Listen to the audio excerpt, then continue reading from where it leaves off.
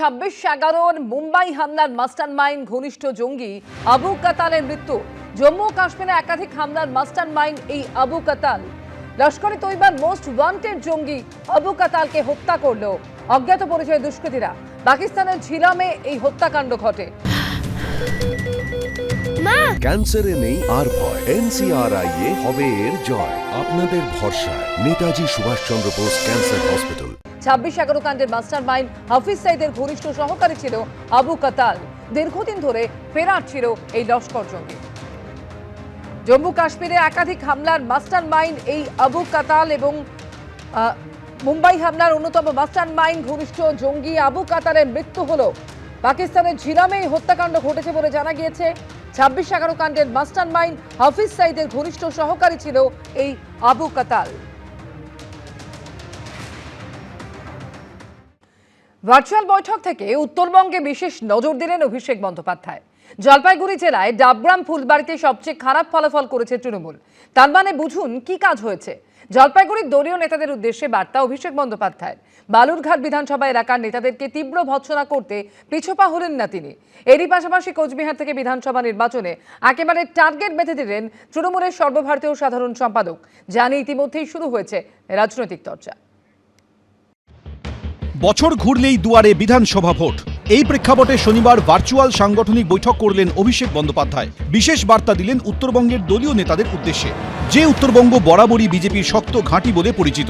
2021 সালের বিধানসভা ভোটে পাহাড়ের 7টি বিধানসভা আসনের মধ্যে সবকটিতেই পরাজিত হয় তৃণমূল। ডাবগ্রাম ফুলবাড়ি আসনে পরাজিত হন তৃণমূলের হেভিওয়েট নেতা ও বর্তমানে শিলিগুড়ি পুরসভার মেয়র গৌতম দেব।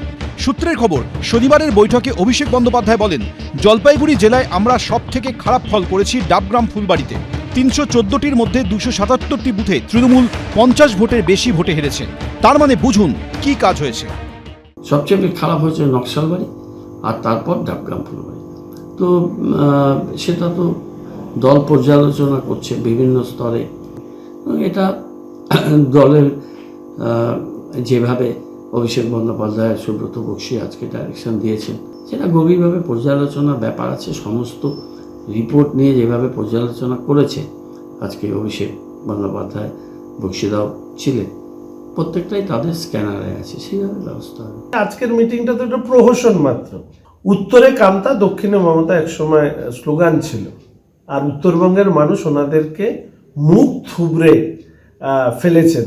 2026-এর পরে আপনাদেরকে উত্তরবঙ্গ সহ পশ্চিমবঙ্গের নির্বাচনী বিপর্যয় নিয়ে অভিষেকবাবু আবার আরেকটা মিটিং করতে হবে। কোচবিহারের 9টি আসনের মধ্যে গত বিধানসভা নির্বাচনে তৃণমূলের ঝুলিতে যায় মাত্র 2টি, বাকি 7টি বিজেপির। সূত্রে খবর, বৈঠকে কোচবিহার প্রসঙ্গে অভিষেক বন্দ্যোপাধ্যায় বলেন, 307টি বুথের মধ্যে 175টি বুথে 50 ভোটের বেশি ভোটে হেরেছি।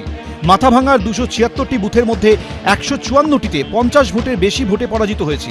বিধানসভায় আমাদের আরও ভালো ফল যাতে হয়, 9টার মধ্যে আমাদের 9টাই টার্গেট করতে হবে। এদিনের আলোচনায় উঠে আসে দক্ষিণ দিনাজপুর জেলায় তৃণমূলের ফলের প্রসঙ্গ। এই জেলার 6টি বিধানসভা আসনের মধ্যে তৃণমূল ও বিজেপির দখলে 3টি করে আসন। একমাত্র লোকসভা আসন বিজেপির দখলে। এখান থেকে সাংসদ সুকান্ত মজুমদার বিজেপির রাজ্য সভাপতি ও বর্তমানে কেন্দ্রীয় প্রতিমন্ত্রী। তাই এবার সুকান্ত মজুমদারের জেলার দিকে বিশেষ নজর দিচ্ছে তৃণমূল।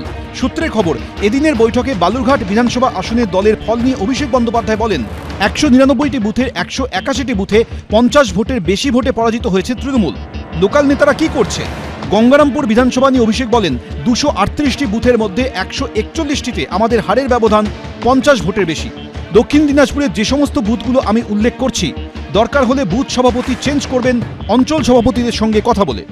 ওনার কাছে তথ্য আছে, সেই তথ্যভিত্তিক উনি জেলার লিডারদের কাছে জানতে চেয়েছেন এবং উনি সঠিক কথাই বলেছেন। আর তৃণমূল কংগ্রেসের যারা নেতৃত্ব আমরা আছি তাদের সম্পর্কে নিশ্চয়ই ভুল বার্তা গেছে, যার ফলে আমাদের রেজাল্ট খারাপ হয়েছে বা আমরা বিরোধীদের মোকাবেলা করতে পারিনি। প্রথমত দক্ষিণ দিনাজপুর তৃণমূলের সরকার কোনো উন্নয়ন করেনি। দ্বিতীয়ত শুধুমাত্র কাটমানি এই দক্ষিণ দিনাজপুরের তৃণমূলের নেতারা নিজেরা সংগ্রহ করেছে এবং তাদের সুপ্রিমোদের কাছে পাঠিয়েছে, এবং তৃণমূল মানুষের সঙ্গে নেই, মানুষের পাশে নেই। 26 বিধানসভা ভোটের কথা মাথায় রেখে এদিনের বৈঠকে প্রয়োজনে মানুষের কাছে গিয়ে ভুল স্বীকার করে নেতাকর্মীদের ক্ষমা চাওয়ারও বার্তা দেন অভিষেক বন্দ্যোপাধ্যায়। সূত্রের খবর, তিনি বলেন, আগামী 1 বছর মানুষকে বোঝাবেন বাড়ি বাড়ি যাবেন, হাত জোড় করে মানুষের কাছে ক্ষমা চাইবেন। আমাদের দলের থেকে যদি কোনো ভুল ত্রুটি হয়ে থাকে আমাদের ক্ষমা করে দেবেন, কিন্তু যে কাজগুলো আমরা করেছি সেগুলো বুঝুন।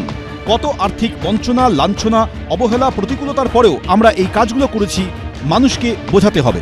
এবিপি আনন্দ।